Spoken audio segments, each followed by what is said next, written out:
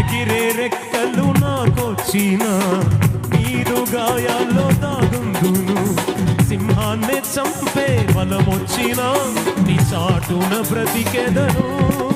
మనము నీదే కదా, కృపయు నీదే కదా. అందరూ మన స్వరమెత్తి చెప్తాం, కృపయు నీదే కదా.